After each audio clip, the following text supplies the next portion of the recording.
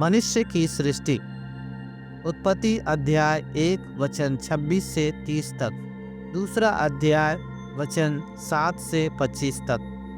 मुख्य बिंदु। नंबर 1, परमेश्वर ने मनुष्य की सृष्टि की योजना अनंत काल में ही बनाई थी। नंबर 2, परमेश्वर ने मनुष्य को अपने स्वरूप में बनाया। नंबर 3, परमेश्वर ने अपनी महिमा के लिए मनुष्य की सृष्टि की। नंबर 4, हमें परमेश्वर की आराधना करनी चाहिए। पाठ। पिछले पाठ में हमने सीखा कि किस प्रकार परमेश्वर ने अपने शब्द से पृथ्वी और जो कुछ उसमें है उन सब की सृष्टि की। आज हम सीखेंगे कि परमेश्वर ने मनुष्य की सृष्टि कैसे की।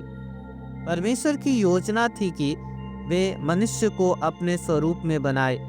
परमेश्वर चाहते थे कि उनके स्वरूप में बनाए गए मनुष्य आत्मिक हो, ताकि वे उसके साथ संगति कर सके और मनुष्य समस्त सृष्टि पर अधिकार भी रखे।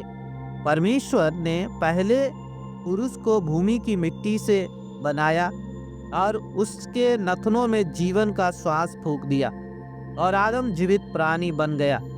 फिर परमेश्वर ने अदन देश में एक बगीचा बनाया और आदम को उसमें रख दिया और उस बगीचे के बीच में जीवन का वृक्ष और भले या बुरे का ज्ञान के वृक्ष को भी लगाया। परमेश्वर ने आदम को आज्ञा दी, तू इस बगीचे के सब वृक्षों के फल खा सकता है, परंतु भले या बुरे के ज्ञान के वृक्ष को फल को कभी न खाना, क्योंकि जिस दिन तू उसके फल को खाएगा उसी दिन अवश्य मर जाएगा।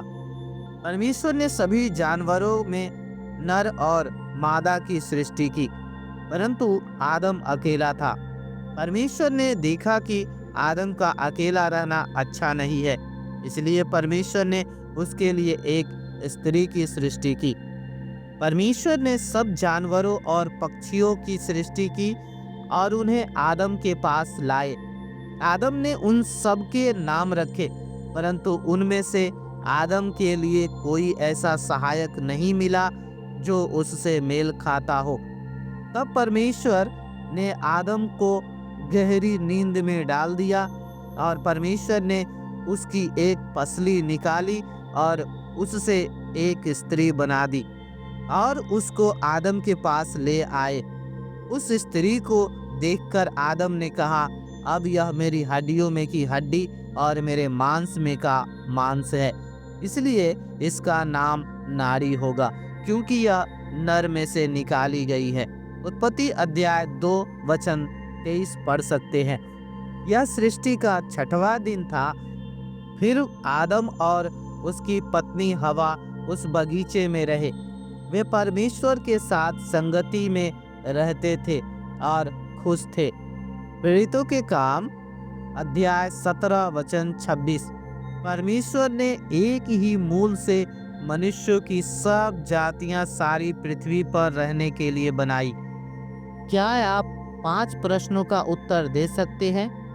नंबर 1, परमेश्वर ने मनुष्य की सृष्टि क्यों की? नंबर 2, कौन सा दिन था जब मनुष्य की सृष्टि हुई? नंबर 3, परमेश्वर ने आदम को कैसे बनाया?